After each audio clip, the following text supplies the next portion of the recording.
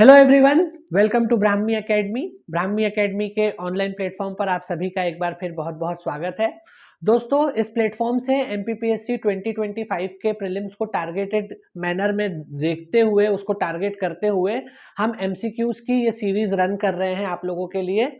सारी की सारी यूनिट्स जो आपके प्रीलिम्स के सिलेबस में है, सभी के एमसीक्यूज बहुत ही बढ़िया और शानदार तरीके से इस प्लेटफॉर्म पर आपको करवाए जा रहे हैं।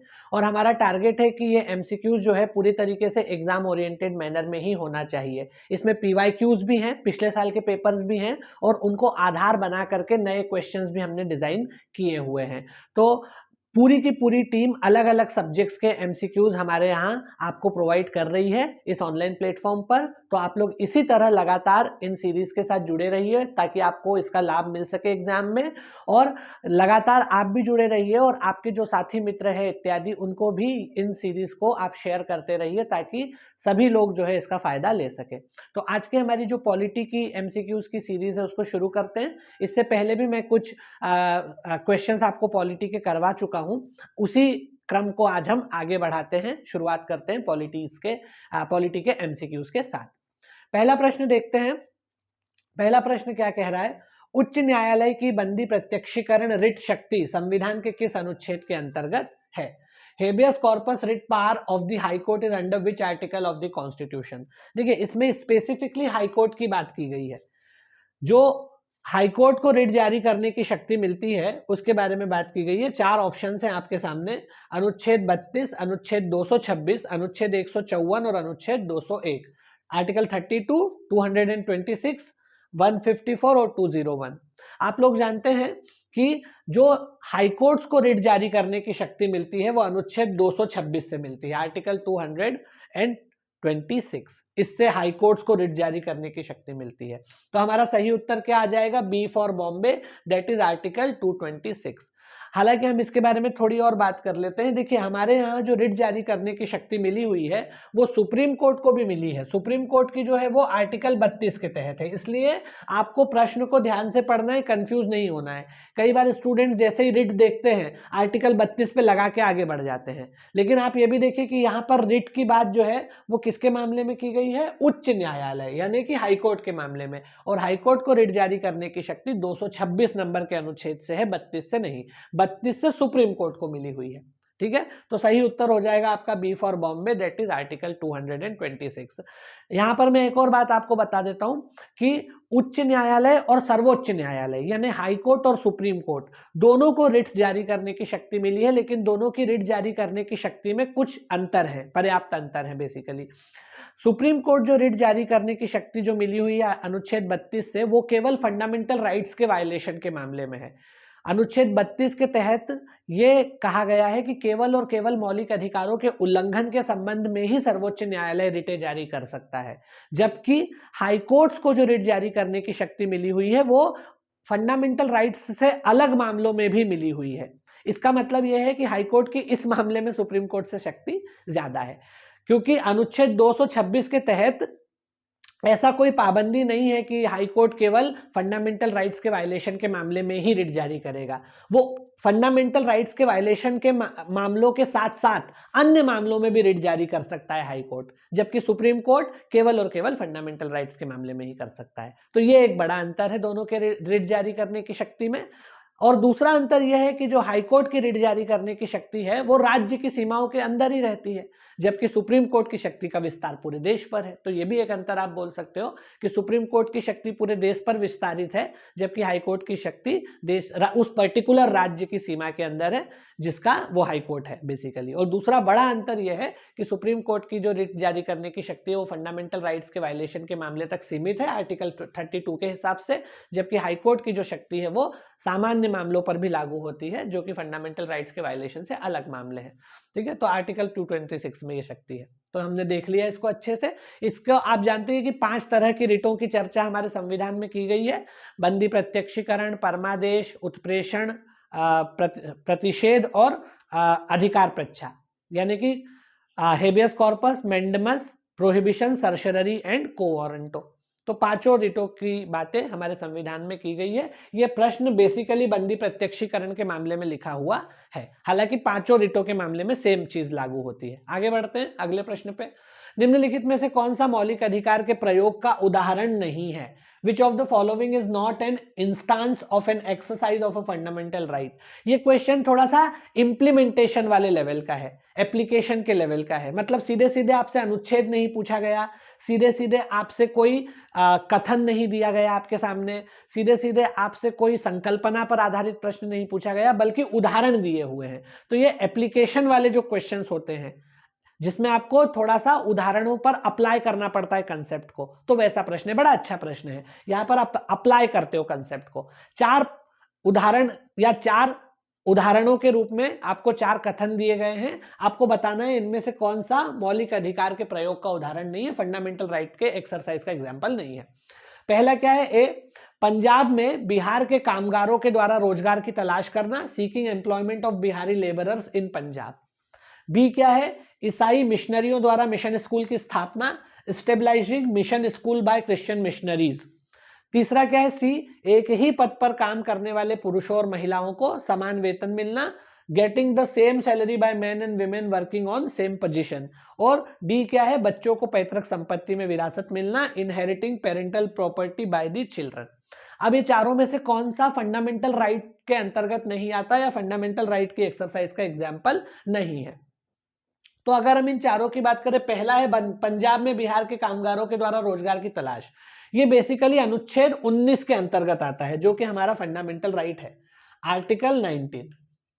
अगर हम इसके सामने लिख दें ऐसे, आर्टिकल 19, अनुच्छेद 19 जो कि स्वतंत्रता के अधिकार वाले खंड में आने वाला अनुच्छेद है, इसमें आपको 6 स्वतंत्रताएं दी गई है। उन 6 स्वतंत्रताओं में एक स्वतंत्रता यह है कि कोई भी व्यक्ति किसी भी इलाके में बस सकता है, किसी भी इलाके में जाकर के घूम फिर सकता है और अपनी मर्जी से उसको जो काम करना हो, मतलब जो रोजगार वो करना चाहे, वो भारत की टेरिटरी के अंदर कर सकता है, भारत के राज्य क्षेत्र के अंतर्गत कर सकता है। तो ये आर्टिकल 19 के तहत ये अधिकार मौलिक अधिकार है कि आप भारत के राज्य क्षेत्र में कहीं भी बस जाओ, कहीं भी घूमो फिरो और कहीं पर भी जो रोजगार आप करना चाहो, जो वृत्ति करना चाहो, बिजनेस करना चाहो, नौकरी धंधा पानी जो करना चाहो आप कर सकते हो, ये आपका मौलिक अधिकार है। आर्टिकल 19 में अगर मैं और प्रिसाइजली बताऊं तो आर्टिकल 19(1), डी, ई और जी, ये तीनों। आर्टिकल 19(1) के अंदर, आर्टिकल 19(1) के अंदर डी जो है घूमने फिरने का अधिकार देता है, राइट टू फ्री मूवमेंट, अबाध संचरण का अधिकार, तो वो डी में है। ई जो है वो क्या बात करता है? वो किसी भी इलाके में बस जाने का अधिकार, right to reside somewhere in the territory of India. और जी जो है वो क्या बात करता है? अपनी मर्जी का कोई भी प्रोफेशन, वृत्ति, नौकरी धंधा पानी जो आप करना चाहो कर सकते हो। तो ये आर्टिकल 19(1), डी, ई, जी, ये तीनों हैं और इन तीनों को मिला जुला करके ये आपका अधिकार बन जाएगा, ठीक है ना। तो ये बेसिकली फंडामेंटल राइट है। बी देखते हैं, मतलब it kind be our answer, basically उत्तर नहीं हो सकता। बी क्या बोल रहा है? ईसाई मिशनरियों द्वारा मिशन स्कूल की स्थापना, यह है अनुच्छेद 30, संस्कृति एवं शिक्षा का अधिकार, जिसमें दो अनुच्छेद आते हैं, अनुच्छेद 29 और अनुच्छेद 30। उसमें अनुच्छेद 30 के अंदर कहा गया है कि जो माइनॉरिटीज है वो अपने इंस्टीट्यूशंस एस्टेब्लिश कर सकते हैं और उसको रन कर सकते हैं, क्योंकि क्रिश्चियंस जो है हमारी कंट्री में माइनॉरिटीज हैं। वैसे मतलब माइनॉरिटीज का निर्धारण राज्य से किया जाता है, तो अधिकांश राज्यों में क्योंकि ये माइनॉरिटीज के अंतर्गत आते हैं, रिलीजियस माइनॉरिटी के अंदर अधिकांश राज्यों में है, तो इसीलिए इनको अपनी मर्जी के सांस्कृतिक और शैक्षणिक संस्थानों की स्थापना का अधिकार मिला हुआ है अनुच्छेद 30 से। तो ये भी बेसिकली फंडामेंटल राइट है। सी की बात करते हैं, एक ही पद पर काम करने वाले पुरुषों और महिलाओं को समान वेतन मिलना चाहिए, राइट टू इक्वालिटी है। लिंग के आधार पर भेदभाव का प्रतिषेध है, अनुच्छेद 14, आर्टिकल 14। और उसके बाद फिर 16 भी आ जाएगा, इसमें 14 भी आ जाएगा और 16 भी आ जाएगा, दोनों आ जाएगा। पर मूलतः आर्टिकल 14 जो है वो समानता का मूल आदर्श की बात करता है, जिसमें ये कहा गया है कि विधि के समक्ष समता और विधियों का समान संरक्षण। तो ये राइट टू इक्वालिटी है कि भाई अगर पुरुष और महिला बराबर काम कर रहे हैं, एक जैसा काम कर रहे हैं, तो फिर लिंग के आधार पर वेतन कम ज्यादा नहीं होना चाहिए। तो ये भी फंडामेंटल राइट है। अब उत्तर डी ही मतलब जो एक ऑप्शन बच गया वो डी ही बच गया है, तो जाहिर सी बात है कि डी ही जो है वो सही उत्तर होगा। डी क्या कह रहा है, बच्चों को पैतृक संपत्ति विरासत में मिलना, inheriting parental property by the children, मतलब बच्चों का अपनी पैतृक संपत्ति को विरासत में हासिल कर लेना, इनहेरिट कर लेना, inheriting parental property by the children, जैसे कि आमतौर पे बच्चों को अपने माता पिता दादा दादी परिजनों से संपत्ति मिल जाती है। ये वैसे अधिकार तो है पर फंडामेंटल राइट नहीं है। अब ये फंडामेंटल राइट नहीं है, वैसे ही अधिकार है, बच्चों को अपने माता पिता की संपत्ति मिलती ही है या अपने पेरेंट्स की पैतृक संपत्ति मिलती ही है, तो अधिकार तो है पर फंडामेंटल राइट नहीं है, ये दूसरा विधिक अधिकार है बेसिकली। तो डी इसका करेक्ट आंसर होगा, क्योंकि राइट टू प्रॉपर्टी अब हमारे संविधान में विधिक अधिकार है, संवैधानिक अधिकार है, फंडामेंटल राइट यानी मौलिक अधिकार नहीं है। यहां पर यह भी हम जान लेते हैं कि इसे 44th कॉन्स्टिट्यूशन अमेंडमेंट 1978 के माध्यम से, यानी 44वें संविधान संशोधन 1978 के माध्यम से संपत्ति के अधिकार को मौलिक अधिकारों के खंड से बाहर निकाल दिया गया, खत्म कर दिया गया। पहले ये मौलिक अधिकार हुआ करता था, इस पर काफी टसल होता था, लगातार कई मामले हुए, शंकरी प्रसाद, गोलकनाथ, सज्जन सिंह, ये वो, केशवानंद भारती, और अंततः 1978 में 44th कॉन्स्टिट्यूशन अमेंडमेंट से इसको फंडामेंटल राइट्स के कैटेगरी से बाहर कर दिया है। और अब ये जो है आर्टिकल 300A के अंदर एक संवैधानिक अधिकार, विधिक अधिकार तो है किंतु मौलिक अधिकार नहीं है। ये आर्टिकल 300A जो है इसको भी इसी संविधान संशोधन से जोड़ा गया था। आर्टिकल 300A को 44वें संविधान संशोधन 1978 के माध्यम से ही संविधान में जोड़ा गया था, जिसके माध्यम से इसको फंडामेंटल राइट से हटाया गया था। फंडामेंटल राइट में से हटा दिया और उठा करके आर्टिकल 300A में लिख दिया, same article, same constitution amendment से, सेम संविधान संशोधन से इधर से हटा दिया फंडामेंटल राइट से और दूसरे खंड में लिख दिया। मतलब ये अधिकार तो है, संविधान में भी है, लेकिन मौलिक अधिकारों वाले खंड में भाग 3 में नहीं है। ठीक है, तो इसका सही उत्तर क्या होगा? इसका सही उत्तर होगा डी फॉर दिल्ली, यानी कि बच्चों को पैतृक संपत्ति विरासत में मिलना फंडामेंटल राइट के प्रयोग का उदाहरण नहीं है। आगे बढ़ते हैं, थोड़ा सा हम इसको इन डेप्थ ही देख रहे हैं ताकि आपको समझ में आए बहुत सारी चीजें, एक ही प्रश्न में आप 4 नई चीजें जाने, ये हम इस तरह से लेते हुए चल रहे हैं। अगला प्रश्न है, भारत के संविधान की मूल संरचना के संबंध में निम्नलिखित कथनों पर विचार कीजिए। मूल संरचना का मतलब यहाँ बेसिक स्ट्रक्चर है ना, बेसिक स्ट्रक्चर या मूल ढांचा भी जिसको बोलते हैं, इसको बुनियादी ढांचा, मूल संरचना, बुनियादी संरचना, हिंदी में अनेक नामों से पुकारा जाता है, अंग्रेजी में इसको बेसिक स्ट्रक्चर बोलते हैं। तो इसको मूल ढांचा बोल लो, मूल ढांचा, मूल संरचना, बुनियादी ढांचा, बुनियादी संरचना, चारों चीजें एक ही है, बेसिक स्ट्रक्चर। तो ये जो सवाल है ये बेसिक स्ट्रक्चर के बारे में, कॉन्स्टिट्यूशन के क्या है, 2 कथन दिए गए हैं, इस पर विचार करके बताइए कि कौन सा सही है कौन सा गलत है, या दोनों सही है या दोनों गलत है। पहला क्या है, भारत के सर्वोच्च न्यायालय ने स्पष्ट रूप से परिभाषित किया है कि मूल ढांचा क्या है, और दूसरा है कि भारत की संसद ने मूल ढांचे का गठन करने वाली विशेषताओं को परिभाषित किया है। The Supreme Court of India has explicitly defined what constitutes basic structure, and the Parliament of India has defined with features what constitutes basic structure. ये दोनों ही कथन गलत हैं, दोनों पे विचार कर लेते हैं। संविधान, हमारा जो कॉन्स्टिट्यूशन है उसके बेसिक स्ट्रक्चर के बारे में सुप्रीम कोर्ट ने पहली बार बात की थी 1973 में केशवानंद भारती केस के मामले में। केशवानंद भारती का जो मामला हुआ था उसका वर्डिक्ट आया 24 अप्रैल 1973 के दिन, और इसी दिन सुप्रीम कोर्ट की 13 जजेस की सबसे बड़ी आज तक की संवैधानिक पीठ बैठी थी, कॉन्स्टिट्यूशनल बेंच, और उसने बेसिक स्ट्रक्चर का कंसेप्ट प्रतिपादित किया, इसकी संकल्पना दी और कहा कि संविधान के सभी खंडों में मतलब संशोधन हो सकता है, अमेंडमेंट हो सकता है, लेकिन बेसिक स्ट्रक्चर को वायलेट नहीं किया जा सकता। ठीक है, तो ये पहली बार केशवानंद भारती के मामले में मूल संरचना, बेसिक स्ट्रक्चर का प्रिंसिपल आया। लेकिन सर्वोच्च न्यायालय ने इसको कभी भी परिभाषित नहीं किया है कि ये क्या होगा स्पष्ट रूप से। उन्होंने कहा जरूर है, एक आइडिया दिया है कि भाई ऐसी बातें जो हमारे संविधान में सबसे मौलिक है, ऐसी बातें जिनके बिना राज व्यवस्था काम नहीं कर सकती, जो हमारे मूलभूत आदर्श है, जो हमारे मूलभूत विचार है, जो हमारे उद्देश्य, मतलब ये सब बातें की जरूर है, लेकिन स्पष्ट रूप में उसकी कोई परिभाषा नहीं दी। और सुप्रीम कोर्ट बार बार ये कहता आया है कि हम मामले देखेंगे और डिसाइड करते जाएंगे कि क्या बेसिक स्ट्रक्चर है और क्या बेसिक स्ट्रक्चर नहीं है। बार बार सुप्रीम कोर्ट ये कहता है कि हमने अभी डिसाइड नहीं किया है, जैसे जैसे मामले आते हैं हम उसमें बताते जाएंगे कि क्या चीज बेसिक स्ट्रक्चर मानी जाएगी, क्या चीज नहीं, और सुप्रीम कोर्ट बताता ही है। धर्मनिरपेक्षता बेसिक स्ट्रक्चर है या नहीं, एसआर बोम्मई के मामले में बताया है ना।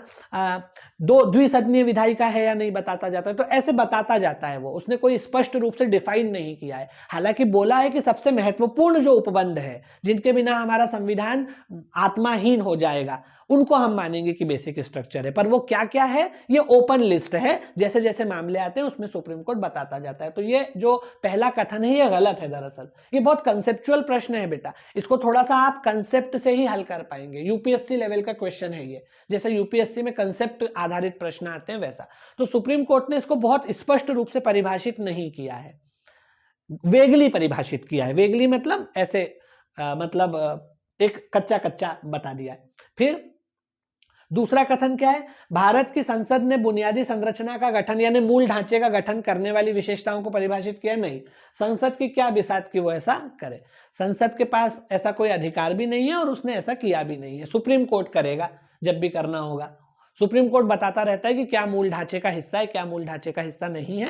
संसद ने ऐसा कोई काम ना किया है, ना उसके पास ऐसा कोई अधिकार है कि वो ये बताए कि मूल ढांचा क्या है, मूल ढांचा क्या नहीं है। तो संसद ने ऐसा किया भी नहीं है, ना उसने मूल ढांचे को परिभाषित किया, ना मूल ढांचे की विशेषताओं को बताया, ना उसके पास ऐसा कोई अधिकार ही है। तो ये दोनों ही कथन गलत है। इसलिए हमारा सही उत्तर क्या हो जाएगा, डी फॉर दिल्ली, ना तो एक और ना ही दो, नाइदर वन नॉर टू, दोनों ही गलत है। और हमको बताना है सही कौन सा है, तो दोनों ही सही नहीं है, नाइदर वन नॉर टू, ना एक सही है ना दो सही है। आगे बढ़ते हैं अगले प्रश्न पर। ये फिर से मूल ढांचे का ही एक और प्रश्न है। ये जो अगला प्रश्न है ये भी मूल ढांचे का ही है। जितने भी प्रश्न मैंने यहाँ लिए हैं इनमें से कुछ ऐसे हैं जो पिछले साल के परीक्षाओं में पूछे गए हैं, मध्य प्रदेश लोक सेवा आयोग में, उत्तर प्रदेश लोक सेवा आयोग में, संघ लोक सेवा आयोग में, यूपीएससी वगैरह में। कुछ ऐसे हैं जो हमने उनको आधार बना करके खुद डिजाइन किए हैं। भारतीय संविधान के संदर्भ में मूल ढांचे का सिद्धांत लागू होता है। The doctrine of basic structure in the context of Indian Constitution applies to a, मतलब एक साधारण विधानों के मामले में, ऑर्डिनरी लेजिस्लेशंस के मामले में, और दूसरा संवैधानिक संशोधन अधिनियम के विषय में, कॉन्स्टिट्यूशनल अमेंडमेंट एक्ट्स के मामले में। आपको ये बताना है कि जो मूल ढांचा है या बेसिक स्ट्रक्चर है उसका कंसेप्ट किन मामलों में लागू होता है। तो दोनों के मामले में लागू होता है, साधारण विधान के मामले में भी और संवैधानिक संशोधन के मामले में भी। तो इसका सही उत्तर तो आएगा सी फॉर कैलकाटा, एक और दो, दोनों के मामले में लागू होता है। अब कैसे वो मैं आपको समझा देता हूं। बेसिक स्ट्रक्चर के मामले में सुप्रीम कोर्ट ने यह कहा है कि किसी भी हालत में दुनिया इधर की उधर हो जाए, पृथ्वी अपनी धुरी पर हिल जाए, चांद सूरज अपना रास्ता बदल दे, कुछ भी हो जाए, लेकिन बेसिक स्ट्रक्चर का उल्लंघन नहीं किया जा सकता, यह सुप्रीम कोर्ट ने बार बार कहा है। इसका मतलब यह है कि ना तो साधारण कानून बनाते समय और न ही संविधान संशोधन करते समय मूल ढांचे पर कोई आंच आनी चाहिए। अगर संसद या राज्य विधानमंडल या राज्य कोई साधारण कानून भी बना रहा है तो ऐसा कानून कतई नहीं बना सकता जिससे मूल ढांचे का उल्लंघन हो रहा हो, एक चीज। और दूसरी चीज कि वो संसद संविधान में भी ऐसा कोई संशोधन नहीं कर सकती, राज्य संविधान में भी ऐसा कोई संशोधन नहीं कर सकता जिससे मूल ढांचे पर का उल्लंघन हो रहा हो।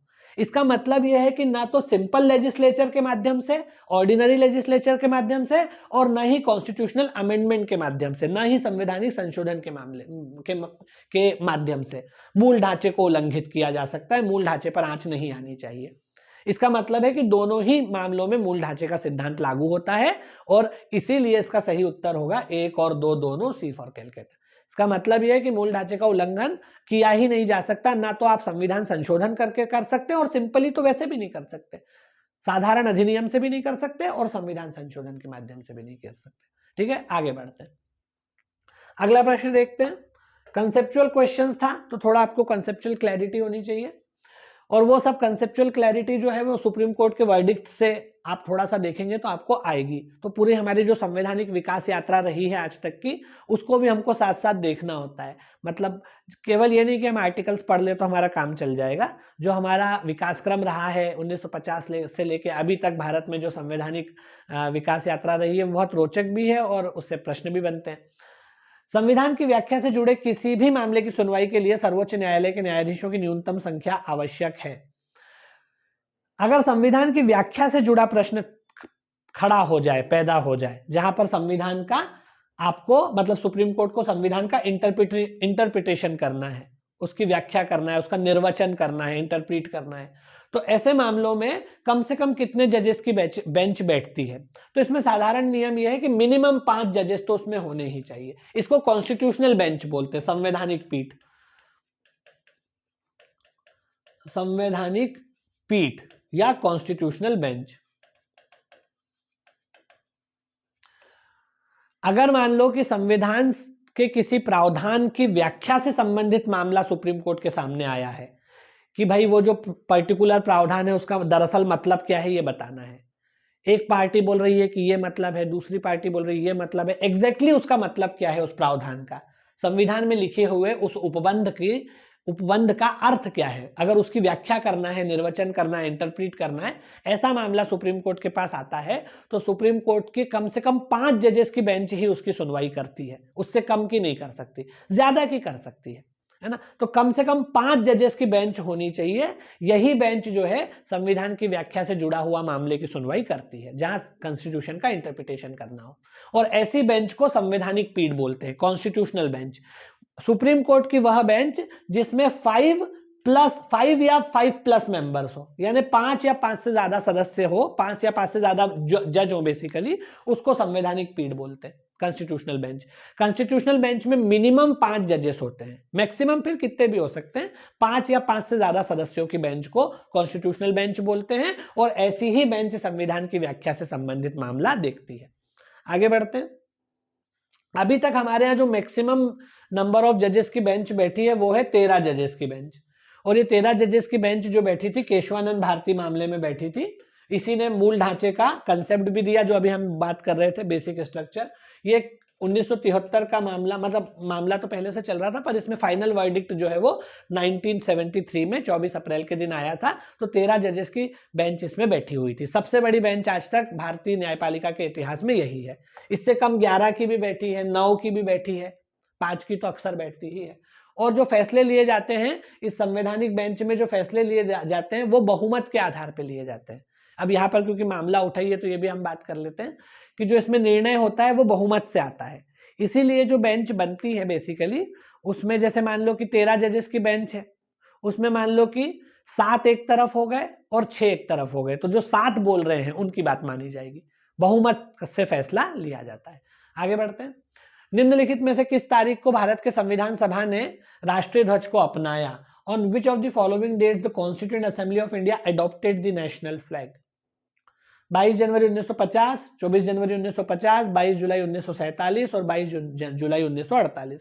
फैक्चुअल नेचर का क्वेश्चन है, तथ्यात्मक प्रश्न है, और आपको यह बताना है कि जो 4 तिथियां दी गई हैं इनमें से किस तारीख को हमारी संविधान सभा ने नेशनल फ्लैग को एडॉप्ट किया था, राष्ट्रीय ध्वज को अपनाया था भारत के झंडे के रूप में, भारत के ध्वज के रूप में, राष्ट्रीय ध्वज के रूप में।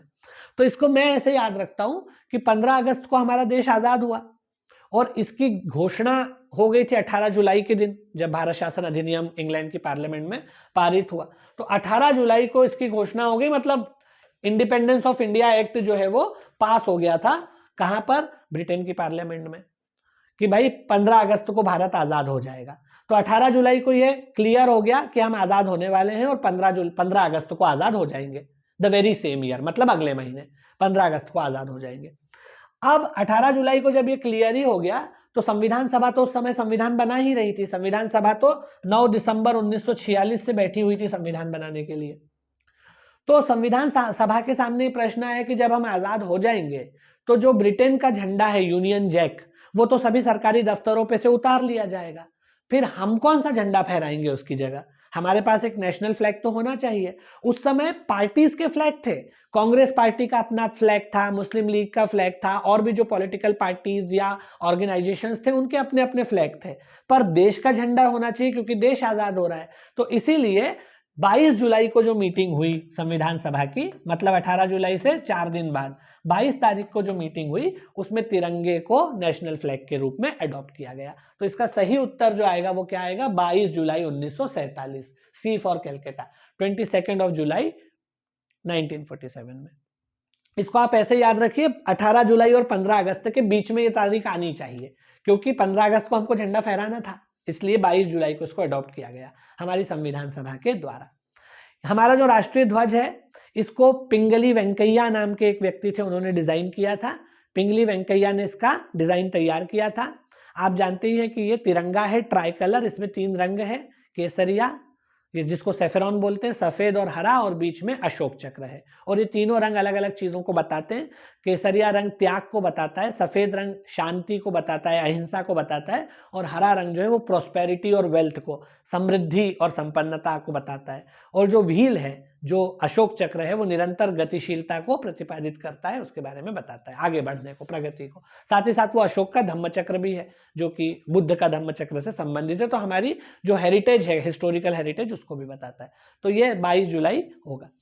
हमारी संविधान सभा ने संविधान बनाने के अलावा और भी कुछ कार्य किए, जैसे उसने राष्ट्रीय ध्वज को अडॉप्ट किया, उसने राष्ट्रगान और राष्ट्रगीत को भी अडॉप्ट किया। राष्ट्रगान और राष्ट्रगीत हमारे जो कौन से सॉन्ग होंगे, मतलब कौन सा सॉन्ग हमारा नेशनल एंथम होगा, कौन सा सॉन्ग हमारा नेशनल सॉन्ग होगा, इसको अडॉप्ट करने का काम भी किसने किया? संविधान सभा ने। उसने वंदे मातरम को राष्ट्रीय गीत के रूप में मान्यता दी और जनगण मन को राष्ट्रीय गान यानी नेशनल एंथम के रूप में मान्यता दी। तो साथ ही साथ इसने ये 2 काम भी किए। तीसरा काम हमारी संविधान सभा ने किया, कॉमनवेल्थ की सदस्यता लेना।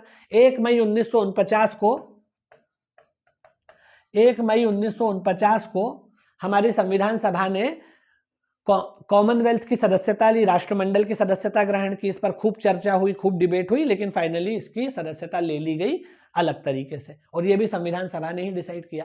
संविधान सभा जो है वो अंतरिम संसद की तरह भी कार्य करती थी। संविधान सभा ने जब तक नई लोकसभा राज्यसभा जब तक नई बन के नहीं आ गई, चुनाव के बाद जब तक नई संसद नहीं बनी, तब तक हमारी संविधान सभा ही अंतरिम संसद के रूप में कार्य करती रही। तो इसने संविधान बनाने के अतिरिक्त भी कई कामों को संपन्न किया, जिसमें एक काम नेशनल फ्लैग को डिसाइड करना भी था। तो एक ही प्रश्न में आपको कई सारी बातें पता चल गई। आगे बढ़ते हैं, अगले प्रश्न की तरफ मूव करते हैं। संविधान की प्रस्तावना की विधिक प्रकृति क्या है? What is the legal nature of the preamble of the Constitution? ये प्रश्न जो है वो प्रस्तावना से है, हमारे संविधान की उद्देशिका प्रीएम्बल। आपको बताना है क्या लीगल नेचर क्या है इसका। 4 ऑप्शंस हैं। ये प्रवर्तनीय है यानी इन्फोर्सिएबल है, बी यह प्रवर्तनीय नहीं है मतलब इन्फोर्सिएबल नहीं है, सी ये विशेष परिस्थितियों में प्रवर्तनीय है यानी इसको कभी कभार कुछ विशेष स्थितियों में प्रवर्तित करवाया जा सकता है, और चौथा है डी इनमें से कोई नहीं, नन ऑफ दी अबव। तो ये जो मामला है ये थोड़ा सा कंसेप्चुअल है कि हमारी प्रस्तावना प्रवर्तनीय है या नहीं है। इसका वर्तमान जो अभी स्थिति है उसके हिसाब से हमारी प्रस्तावना प्रवर्तनीय नहीं है, इन्फोर्सिएबल नहीं है। तो इसका सही उत्तर आएगा बी। मैं एक्सप्लेन अभी आपको कर देता हूं क्या है ये। इसका सही उत्तर B for Bombay, that is यह प्रवर्तनीय नहीं है, दिस इज नॉट इन्फोर्सिएबल, यानी प्रस्तावना प्रवर्तनीय नहीं है। इसका मतलब यह है कि प्रस्तावना में जो आदर्श लिखे हुए हैं, जो अधिकार लिखे हुए हैं, उसको आप कोर्ट नहीं जा सकते लेके कि इसमें तो आर्थिक समानता की बात की गई है, मुझे तो आर्थिक समानता मिल ही नहीं रही, इसमें तो सामाजिक समानता की बात की जा रही है, मुझे तो मिल ही नहीं रही। तो उसमें जो आदर्श लिखे हुए हैं संविधान सभा हमारी प्रस्तावना में लिखे हुए आदर्शों के बेस पर आप कोर्ट में जाकर क्लेम नहीं कर सकते कि ये मुझे मिलने ही चाहिए, तो इसलिए वो प्रवर्तनीय नहीं है। ये कैसे पता चला कि प्रवर्तनीय नहीं है? कहीं लिखा हुआ है क्या? लिखा हुआ नहीं है, सुप्रीम कोर्ट ने अपने वर्डिक्ट्स में कहा है, बहुत सारे वर्डिक्ट्स में। सबसे पहले सुप्रीम कोर्ट के सामने बेरूबाड़ी का मामला आया 1960 में, मतलब सबसे पहले का मतलब प्रस्तावना के मामले में। प्रस्तावना के मामले में जो पहली बार सुनवाई हुई वो बेरूबाड़ी केस में हुई 1960 में। इसमें सुप्रीम कोर्ट ने कहा कि प्रस्तावना संविधान का हिस्सा ही नहीं है, संविधान का हिस्सा ही नहीं है, इसलिए वो इन्फोर्सिएबल भी नहीं है, बात खत्म हो गई। लेकिन फिर अगला मामला आया 1973 में केशवानंद भारती मामले में, उसमें सुप्रीम कोर्ट ने कहा कि ये संविधान का हिस्सा है और लेकिन प्रवर्तनीय नहीं है, संविधान का हिस्सा है। और इसमें सबसे नया वर्डिक्ट जो अभी आपको ध्यान रखना है वो एक केस हुआ था LIC केस, 1995 का मामला है, ये सुप्रीम कोर्ट में हुआ था। LIC का मामला बोलते हैं इसको, LIC केस 1995। ये LIC केस में एकदम स्पष्ट शब्दों में सुप्रीम कोर्ट ने कहा है कि प्रस्तावना संविधान का भाग भी है, बहुत महत्वपूर्ण भी है, संविधान की कुंजी भी है, सब कुछ है, लेकिन फिर भी वो प्रवर्तनीय नहीं है। ये बहुत स्पष्ट शब्दों में कह दिया है सुप्रीम कोर्ट ने LIC केस में कि वो संविधान का भाग भी है, कोई दिक्कत नहीं है, उसमें संशोधन भी हो सकता है, प्रस्तावना में कोई दिक्कत नहीं है, संशोधन हुआ भी है अतीत में, और बहुत महत्वपूर्ण भी है, उसमें तमाम आदर्श लिखे हैं, वो हमारे संविधान की कुंजी है, संविधान को एक लाइन में अगर कोई समझना चाहे तो वही पढ़ेगा, तमाम बातें, फिर भी वो इन्फोर्सिएबल नहीं है, उसको गारंटी के रूप में आप क्लेम नहीं कर सकते। तो सही उत्तर आएगा B for Bombay, that is यह प्रवर्तनीय नहीं है। अगला प्रश्न, अनुच्छेद 15 के अनुसार निम्नलिखित में से किस आधार पर नागरिकों के बीच विभेद किया जा सकता है? According to article 15 on which of the following grounds can discrimination be made between the citizens. अनुच्छेद 15 में कौन कौन से आधार है जिनके आधार पर नागरिकों के बीच में विभेद किया जा सकता है या नहीं किया जा सकता? यहां पर आपको बताना है नहीं किया जा सकता। तो सिंपल सा प्रश्न है, 4 ऑप्शन है, लिंग, जन्मस्थान, निवास स्थान, मूलवंश, that is sex, place of birth, place of residence and race. देखो अनुच्छेद 15 में 5 आधार दिए गए हैं, 5 ग्राउंड्स है जिनके बेसिस पे नागरिकों में विभेद नहीं किया जा सकता। वो 5 ग्राउंड क्या है? सी नहीं है, पहले आर सी एस और POB, ये 5 ग्राउंड है। अनुच्छेद 15 में ये 5 आधार बताए गए हैं जिनके आधार पर या इन 5 आधारों पर या इनमें से किसी के आधार पर नागरिकों के बीच विभेद नहीं करा जा सकता, नहीं किया जा सकता। क्या है RRCSB? R for religion, that is धर्म, R for race, that is मूलवंश, C for caste, that is जाति, S for sex, that is लिंग, और POB मतलब प्लेस ऑफ बर्थ यानी कि जन्म स्थान। इन 5 आधारों पर विभेद नहीं किया जा सकता अनुच्छेद 15 के अनुसार। अब इन 5 में से कौन कौन से इसमें हैं और जो नहीं है वो आपका आंसर होगा। इसमें लिंग है तो ये आपका आंसर नहीं हो सकता, सेक्स, S फॉर सेक्स। इसमें POB है, प्लेस ऑफ बर्थ, तो ये भी आपका आंसर नहीं हो सकता। इसमें R फॉर रेस है तो ये भी आपका आंसर नहीं हो सकता। तो क्या आंसर है? Option number C, that is निवास स्थान, प्लेस ऑफ रेजिडेंस। अनुच्छेद 15 में निवास स्थान की कोई चर्चा नहीं की गई है।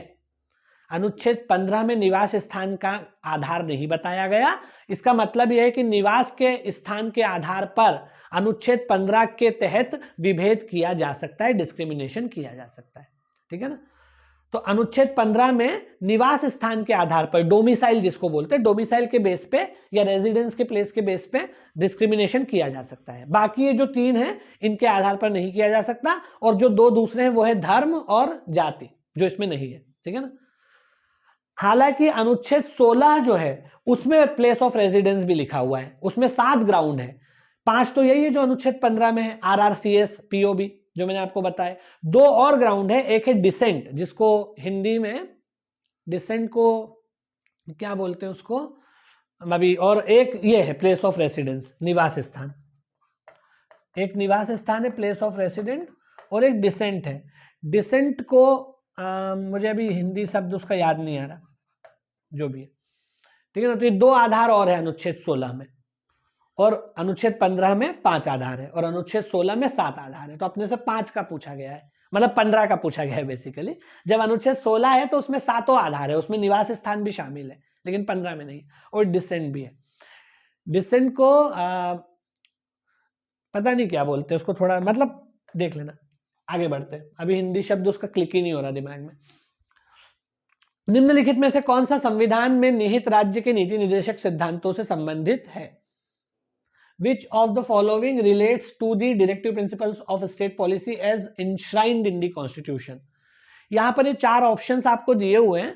आपको ये बताना है कि जो 4 ऑप्शंस आपके सामने प्रदत्त हैं या दिए हुए हैं, इनमें से कौन कौन सी चीजें DPSP में शामिल हैं। DPSP जो हमारे आर्टिकल 36 से लेकर 51 तक फैला हुआ है संविधान के भाग 4 में, पार्ट 4 ऑफ आवर कॉन्स्टिट्यूशन और आर्टिकल 36 से 51, इसमें जो DPSP दिए गए हैं, उन DPSP में इनमें से कौन कौन से हैं और कौन कौन से नहीं है ये बताना है आपको। कौन से है ये बताना है बेसिकली। सबसे पहला है मातृत्व राहत। मातृत्व राहत को बोलते हैं मैटरनिटी रिलीफ। दूसरा है मैटरनिटी रिलीफ के बाद दूसरा है बच्चों का स्वास्थ्य विकास या स्वस्थ विकास, हेल्दी डेवलपमेंट ऑफ चिल्ड्रन। तीसरा है मत्स्य पालन को बढ़ावा देना, प्रमोटिंग फिशरीज। और चौथा है आय में असमानताओं को कम करना, इसका मतलब है कि minimise the inequalities of income. देखो भाई, DPSP में इसमें से कौन कौन से हैं, सबसे पहले उसकी बात करते हैं। मातृत्व रिलीफ जो है वो डीपीएसपी में लिखा हुआ है। आर्टिकल 42 के अंदर ये कहा गया है कि मैटरनिटी रिलीफ जो है महिलाओं को मिलना चाहिए, जो काम कर रही हैं उनको मातृत्व अवकाश मिलना चाहिए, राज्य ये प्रयास करेगा, तो ये लिखा हुआ है। उसके बाद आते हैं बच्चों का स्वस्थ विकास। जहां से डीपीएसपी शुरू होते हैं अनुच्छेद 38, उस अनुच्छेद 38 के बाद आप अगर आर्टिकल्स को देखते जाएंगे तो उसमें आपको तमाम चीजें मिलेंगी। अगर हम बात करें ये आपका हेल्दी डेवलपमेंट ऑफ चिल्ड्रन, जिसको अर्ली चाइल्डहुड केयर भी बोलते हैं, ये अर्ली चाइल्डहुड केयर जो है हमारे संविधान के अंतर्गत लिखी गई है अनुच्छेद 45 में। ठीक है, तो ये भी 45 भी डीपीएसपी में ही आता है, 36 से 51 के बीच में, तो ये भी है। अब ये मत्स्य पालन को छोड़ दो, आय में असमानताओं को कम करना जो चौथा है, ये आर्टिकल 38 है। आर्टिकल 38 जहां से डीपीएसपी जो है वो शुरू ही आपके, सॉरी 38 बोल रहा हूँ, 48 बोल रहा हूँ, ये आर्टिकल 48 में ये कहा गया है कि जो इनइक्वालिटीज ऑफ इनकम है उसको मिनिमाइज करने का प्रयास राज्य जो है वो करेगा। नहीं सॉरी 38 ही है ना ये, तो जहां से संविधान शुरू होता है 38 है, तो 38 है ये है आपका 42, और ये है आपका ये जो बच्चों का स्वस्थ विकास है, इसको संविधान में लिखा हुआ है early childhood care. Early childhood मतलब छोटे बच्चे जो है उनका विकास, और इससे संबंधित जो प्रावधान है वो है आर्टिकल 45। ठीक है, अब देखो ये तीनों ही आर्टिकल काय में आ जाएंगे, हमारे डीपीएसपी में आ जाएंगे कि नहीं आएंगे? आएंगे। डीपीएसपी कहां से कहां तक है? 36 से 51, अनुच्छेद 36 से अनुच्छेद 51। और पार्ट कौन सा है? संविधान का पार्ट 4 भाग 4 आर्टिकल 36 से 51। इसमें आर्टिकल 42 जो है 42 काय की बात करता है? Maternity relief. आर्टिकल 45 काय की बात करता है? बच्चों के स्वस्थ विकास की, अर्ली चाइल्डहुड केयर के बारे में बात करता है। और जो आय में असमानताओं को कम करना, ये कौन सा आर्टिकल है? आर्टिकल 38 से ही बेसिकली हमारे यहाँ डीपीएसपी शुरू होते हैं। 36 और 37 में तो डीपीएसपी कोई नहीं दिया गया। 36 में राज्य की परिभाषा है डीपीएसपी के मामले में, और 37 में यह कहा गया है कि डीपीएसपी इन्फोर्सिएबल नहीं है। उसमें कोई डीपीएसपी दिया नहीं गया, 36 में भी और 37 में भी कोई डायरेक्ट डीपीएसपी नहीं है। 36 में राज्य की परिभाषा बताई गई है कि डीपीएसपी में जहां जहां राज्य लिखा होगा उसका मतलब क्या होगा, और उसका मतलब वही होगा जो आर्टिकल 12 में लिखा है, भाग 3 में फंडामेंटल राइट्स के मामले में। और आर्टिकल 37 में ये लिखा गया है कि ये जो डीपीएसपी यहाँ दिए गए हैं वो इन्फोर्सिएबल नहीं है, प्रवर्तनीय नहीं है। और जहां से डीपीएसपी शुरू होते हैं वो है आर्टिकल 38, और वो जो पहला डीपीएसपी है उसी में आय में असमानता को कम करने की बात की गई है। तो आर्टिकल 38 में ये है, 42 में मातृत्व राहत है, और 45 में बच्चों का स्वस्थ विकास है। और ये जो मत्स्य पालन को बढ़ावा देने वाली बात की गई है, मत्स्य पालन को बढ़ावा देने वाली बात की गई है, ये डीपीएसपी में डायरेक्टली कहीं भी नहीं लिखा गया। ये डीपीएसपी में ऐसे फिशरीज को प्रमोट करने वाला कोई कॉलम है नहीं। हालांकि मैं आपको एक और बात बता दे रहा हूं, हालांकि डीपीएसपी में एनिमल हस्बेंड्री को बढ़ावा देना, उसके बाद ये सब है, एनिमल हस्बेंड्री को बढ़ावा देने का जो कंसेप्ट है वो आर्टिकल 48 के अंतर्गत लिखा गया है ना। और एनिमल हस्बेंड्री में अगर आप मत्स्य पालन गिनना चाहो तो गिन सकते हो, लेकिन वो डायरेक्टली दिया हुआ नहीं है। तो जब ऐसे प्रश्न आ जाते हैं ना बेटा, तो हमको ऑप्शंस पे रिलाई करना पड़ता है, फिर हमको ऑप्शंस के हिसाब से देखना रहता है। आगे बात समझ में? तो ये जो बाकी 3 है, 1, 2 और 4, ये डायरेक्टली छपे हुए हैं एकदम। 1, 2 और 4 ये डायरेक्टली छपे हुए हैं डीपीएसपी में, लेकिन ये जो मत्स्य पालन है ये डायरेक्टली नहीं लिखा कहीं भी। हाँ, एनिमल हस्बेंड्री को बढ़ावा देना, ये बात आर्टिकल 48 में लिखी गई है कि कृषि के उन्नत तरीकों का प्रयोग करना, पशुपालन को बढ़ावा देना, ये सब है, लेकिन मत्स्य पालन का डायरेक्टली नाम नहीं है। इसलिए हम अब ऑप्शंस पे के हिसाब से तय करेंगे, क्योंकि हमको तो इसमें से ही 4 में से ही कुछ लगाना है, अपने मन से तो लिखना नहीं है। अपने मन से लिखना नहीं है तो ये जो 4 है इसके हिसाब से हमको लगाना है। तो इसमें क्या आ जाएगा आपका सही उत्तर? 1, 2 और 4। तीसरा जो है वो नहीं लिखा हुआ है, तो सही उत्तर क्या आ जाएगा आपका? सही उत्तर है 1, 2 और 4। ये डीपीएसपी में शामिल है, पहला भी शामिल है, दूसरा भी और चौथा भी। तीसरा डीपीएसपी में शामिल नहीं है डायरेक्टली, मत्स्य पालन कहीं नहीं लिखा हुआ, और एनिमल हस्बेंड्री है पर उसको मत्स्य पालन डायरेक्टली नहीं बोल सकते। और यहां पर क्योंकि अगर ऐसा होता कि चारों ही लिखा रहता 1, 2, 3, 4, तब और कंफ्यूजन पैदा हो सकता था, लेकिन यहां पर वो ऑप्शन ही नहीं है। तो हमारा सही उत्तर क्या आ जाएगा? C for Calcutta, that is 1, 2 and 4। तो इस तरीके से कई बार ऑप्शंस पे रिलाई करते हुए आपको एमसीक्यू देखना रहता है, इसीलिए मैंने ये प्रश्न शामिल किया ताकि आपको ये समझ में आए कि अगर ऐसे प्रश्न आए तो ऑप्शंस पर रिलाई हो जाओ। ये प्रश्न पूछा गया प्रश्न है, इसीलिए इसको इसमें शामिल किया गया है। ठीक है, तो आज हमने जितने भी एमसीक्यूज देखे हैं, मैं होप कर रहा हूं कि आपको थोड़ा आइडिया लगा होगा, समझ में आया होगा, और ये इस तरीके से आपको एमसीक्यूज को अपने घर में भी प्रैक्टिस करना है और मेरे साथ साथ इसी तरह आपको बने रहना है हमारी पूरी टीम के साथ। तो आज का ये जो सेशन है इसको हम यहीं एंड करते हैं, और बहुत सारे ऐसे ही सैकड़ों एमसीक्यूज लेकर के हमारी पूरी टीम आपके साथ और आगे भी इसी तरह बनी रहेगी। जब तक हमारी एग्जाम नहीं हो जाती तब तक हमें एमसीक्यूज की जितनी प्रैक्टिस हम कर सके करना ही करना है। तो आप इसी तरह जुड़े रहिए, अपने साथी मित्रों के साथ भी वीडियो को शेयर कीजिए, सब्सक्राइब कर लीजिए चैनल को, ताकि जब भी नया वीडियो आए एमसीक्यूज का आपको पता चल जाए और आप उसकी प्रैक्टिस कर सके हमारे साथ। तो अब अगले क्लास में और बहुत सारे वीडियोस, बहुत सारे एमसीक्यूज के साथ, एमसीक्यूज के बहुत सारे वीडियोस के साथ आपके साथ लगातार बने रहेंगे। अब अगली क्लास में आपसे मुलाकात होगी। Thank you very much.